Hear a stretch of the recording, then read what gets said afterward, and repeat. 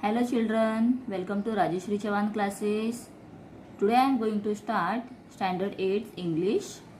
Children, from Unit 1, 1.1, poem A Time to Believe is already I have explained you.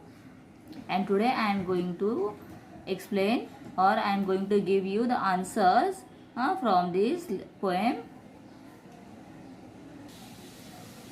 Now we will see the first question. Here we have given some warming up activities in the poem A Time to Believe. So we will continue that.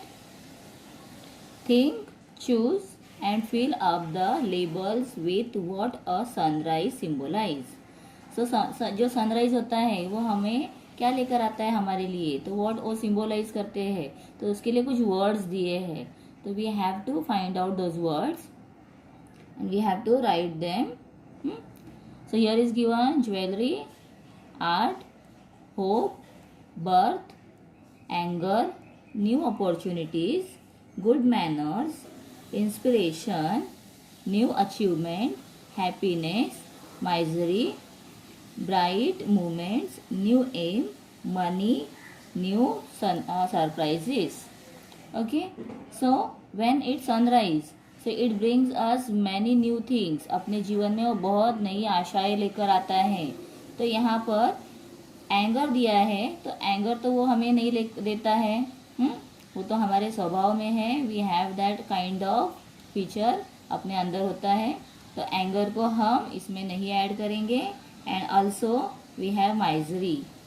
Misery means किसी को कुछ देना, जिसे कुछ देना पसंद नहीं है, तो हमें ये भी सन नहीं सिखाता है. तो सनराइज हमारे लिए न्यू अपॉर्चुनिटीज लेकर आता है, न्यू आइडियाज लेकर आता है, हैप्पीनेस लेकर आता है.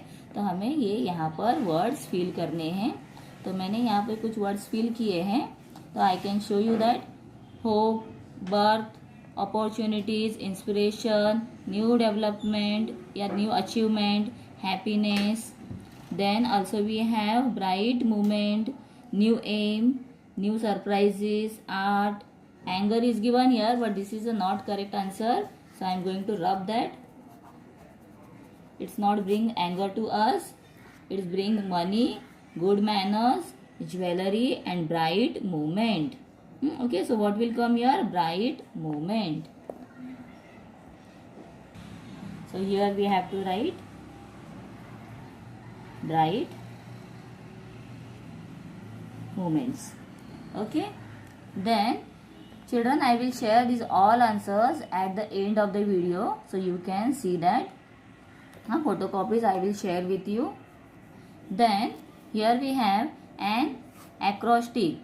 Is a poem or write up in which the first letter of each line form a word when it is read vertically.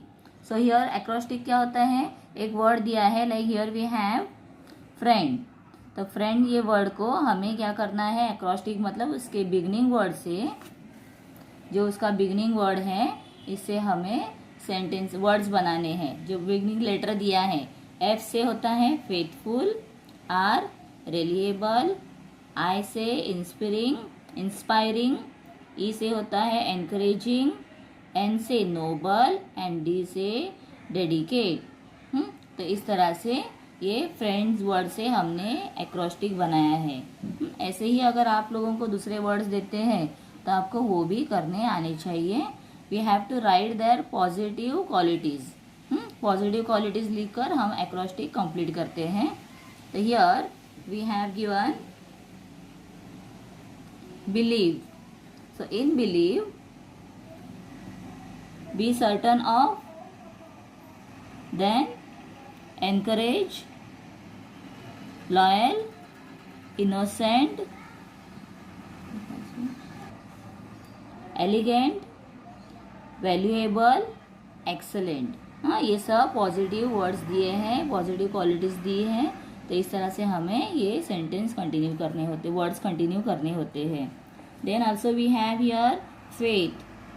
तो फेथ से fearless, um, important, truth and humble. तो इसे कहते हैं एक्रोस्टिक. एक्रोस्टिक कंप्लीट करना. ठीक है, आप लोगों को बहुत सारे वर्ड्स ऐसे होते हैं लाइक फ्रेंड, फादर, मदर, इनके भी हमें वर्ड्स कंप्लीट एक्रोस्टिक कंप्लीट करने के लिए एग्जाम में आ सकते हैं, तो आप लोग उसकी भी प्रैक्टिस, लेकिन आपको याद रखना है you have to use their positive qualities. Now we will continue English workshop that is given after the poem. जो a time to believe poem के नीचे नीचे मतलब साइड के पेज में, नेक्स्ट पेज पर, पेज नंबर 3 पर ये इंग्लिश वर्कशॉप दिया है. Now we will continue that. Question number 1 A. Rearrange the letters to make meaningful words occurring in the poem. So poem में जो वर्ड्स दिए हैं उससे रिलेटेड यहाँ पर कुछ वर्ड्स हैं. हाँ, इन्हें जंबल करके दिया गया है, तो हमें इसे रीराइट करना है, अरेंज करके लेटर्स उसे फिर से लिखना है. तो ये वर्ड है मिरेकल्स. सेकेंड कौन सा है? विजडम. थर्ड है courage. Fourth word is surprises. Fifth word beauty. अगर आप इसको देखोगे तो BEAUTY. हाँ, तो इस तरह से हमें वर्ड्स फाइंड करने हैं, proper word, meaningful words find करने हैं. Then sixth one we have dreams. Seventh value and eight wonder. तो वन मोर टाइम मैं आप लोगों को रीड करके दिखाती हूँ. Miracles, wisdom, courage, surprises, beauty, dreams, value, wonder. ठीक है. Then after that we have the second question that is B. Write words from the poem that describe the following. तो ये वर्ड्स को कौन सा वर्ड डिस्क्राइब के लिए दिया हुआ है, तो we have to write that. Sky. How is the sky? Dust, star dust. तो पोएम में अगर आप देखोगे तो ये दिया हुआ है. I show you that. एक मैं आप लोगों को दिखा देती हूँ. Star dust, sky. ठीक है. Then we have second one heart. Nurturing heart. So that is also we have here nurturing heart. Then third is hand. Ageing hand. Ageing hand. Beginning, new beginning. तो new beginning ये भी word दिया हुआ है आपको. Poem में आप देखोगे तो ये सब वर्ड्स दिए हैं. Then surprises, wonderful surprises. This way you have to complete the answers. Wonderful surprises. Now say why. Here are given some sentences, so we have to write why this happened. Say why मतलब ये क्यों है. The sky has a magical quality. So why it has a magical quality? We can see angels dancing among the clouds, and also sky has mysterious man with his belief and wisdom has made way for moon. Okay, this is now given in the poem. अगर आप poem explanation देखोगे तो आपको ये सब पता चलेगा. So therefore the first answer. तो ये सब आंसर्स मैं आप लोगों के साथ शेयर कर रही हूँ. You don't worry for the answers. आपको वीडियो के एंड में वो मिल जाएंगे. Also in the first question we can write the sky has a magical quality because it has scurrying clouds, twinkling stars and a beautiful moon. हाँ, ऐसे short में भी हम इसका आंसर लिख सकते हैं. Then the second one is even an aging hand has beauty. An aging hand here implies that the elders who love us, cares for us and taught values teaching have got beauty in their hand. मतलब हमारे जो ageing hand मतलब कौन है? जो हमारे माता पिता हैं या हमारे ग्रैंड पेरेंट्स हैं. उनके हैंड कैसे एजिंग हैंड है? बिकॉज उनको बहुत एक्सपीरियंस है, अभी वो उम्र हो गई है, तो उनके हाथ यहाँ पर ब्यूटी क्यों बताया गया है? बिकॉज उनके जो हाथ हैं वो हमें क्या सिखा रहे हैं? Love, care for us and also they taught us the value of teaching. इसीलिए उनके हाथों को ब्यूटी कहा गया है. Ageing hand has beauty. तो इसे हम और दूसरे वर्ड्स में भी लिख सकते हैं. Even an ageing hand has beauty because it can teach us how to love. they teach us how to love. So these also we can write in 2 lines. We should believe that we are strong and courageous. So even in our bad wish, we should believe in ourselves that we are strong and courageous and are able to set a new beginning. तो हमें इसे रखना है कि हमारी नई शुरुआत में भी इट्स अ बैड टाइम, लेकिन उसके बाद भी अगर हम स्ट्रांग है, करेजियस है, तो नई शुरुआत हो सकती है. And also we can say that we should believe that we are strong and courageous so that we can cover after we have gone through difficulties and shocks and return to our normal lives again. इस तरह से भी हम इसका answer लिख सकते हैं.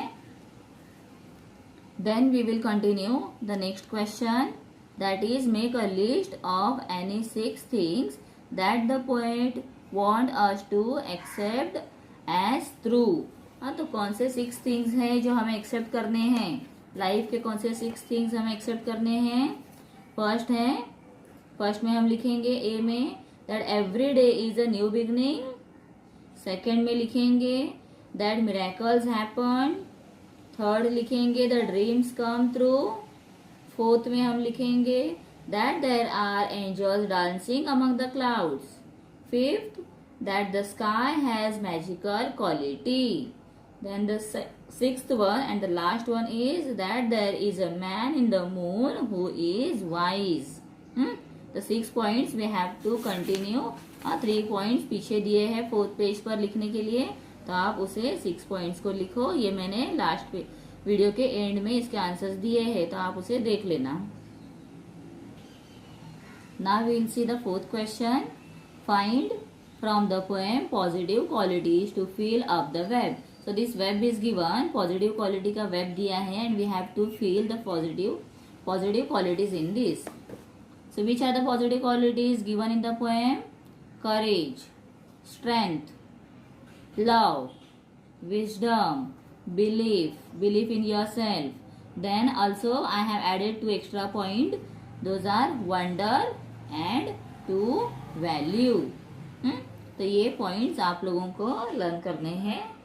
These are the positive points given in the poem. Now the next 5th question, read the lines below. So here they have given us figure of speech. Figure of speech एक grammar का part है जो हम grammar में use करते हैं. Figure of speech. So what is given here? Personification. तो personification क्या होता है? First I will read sentence for you.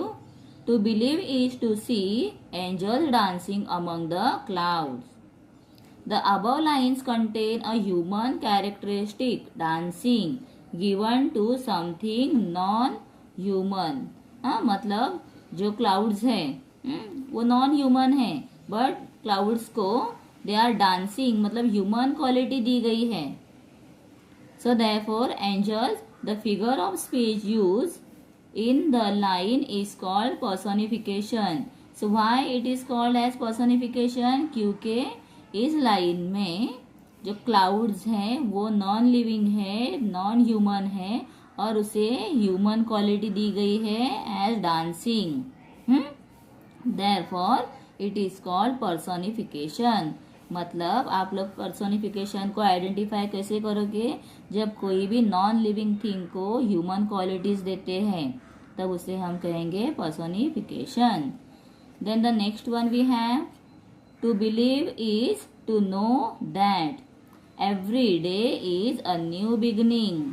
Then the second example, to believe is to know life is gift. तो ये पूरा कंटिन्यू सेंटेंस हम text book में देख सकते हैं. तो लाइफ इज गिफ्ट दिया है. Then the line in poetry such as the above state a general truth.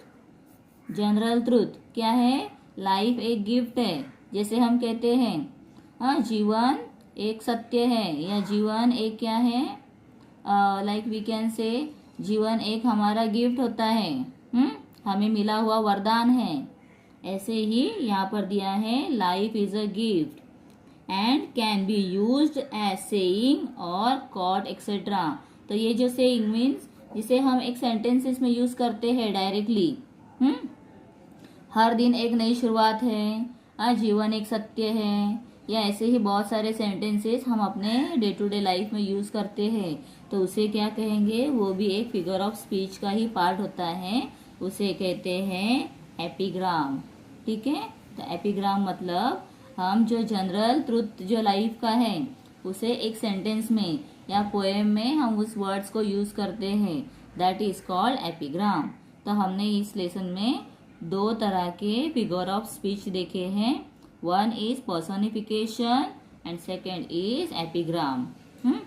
इसमें से पर्सोनिफिकेशन ये बहुत ही इम्पोर्टेंट है, मैं यहाँ पर IMP लिख देती हूँ आप लोगों के लिए, मतलब ये ज़्यादा आप लोगों को एग्जाम में most of the time personification आता है, तो you can work on this. और ये बहुत सिंपल है, नॉन लिविंग थिंग को जब लिविंग थिंग की क्वालिटीज देते हैं, ह्यूमन क्वालिटी देते हैं, तो आप इसे कह सकते हो। हाँ, लाइक मून इज स्माइलिंग। अब मून क्या है, मून तो नॉन लिविंग है but smiling means human character, human characteristic उसमें आ गई है, ह्यूमन की क्वालिटी उसमें आ गई है, इसीलिए वो भी बन जाएगा personification. Now next we have find from the poem 3 other examples of epigram. तो एपिग्राम के हमें जो जनरल ट्रूथ है लाइफ का वो दिया है, उसे हमें फाइंड करना है। So I show you that.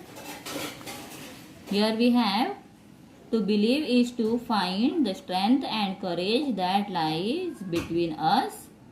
Then we have second one, to believe is to know we are never alone, that life is gift. And the next we have, to believe is to know that wonderful surprises are just waiting to happen. ये सब जीवन की सत्य है, तो इसीलिए हमें ये सेंटेंसेस को यहाँ पर लिखना है। Also we have here one, but see, this also epigram. To believe is to know that every day is new beginning. It is true that miracles happen. Then, to believe is to see angel dancing among the clouds. ये सब क्या है, epigram के examples है।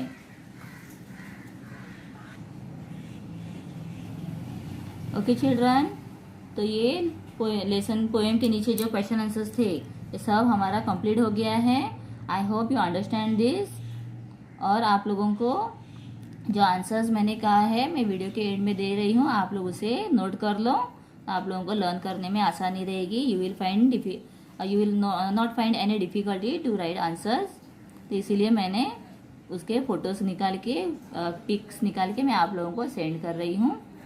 आप लोगों को ये अच्छा लगा हो मेरा चैनल, तो आप अपने फ्रेंड्स के साथ में इसे शेयर करो और चैनल को सब्सक्राइब करो, ठीक है, क्योंकि इसकी वजह से आप जैसे ही बहुत सारे जो आपके फ्रेंड्स हैं उनको भी हेल्प मिले। Thank you children for watching my video.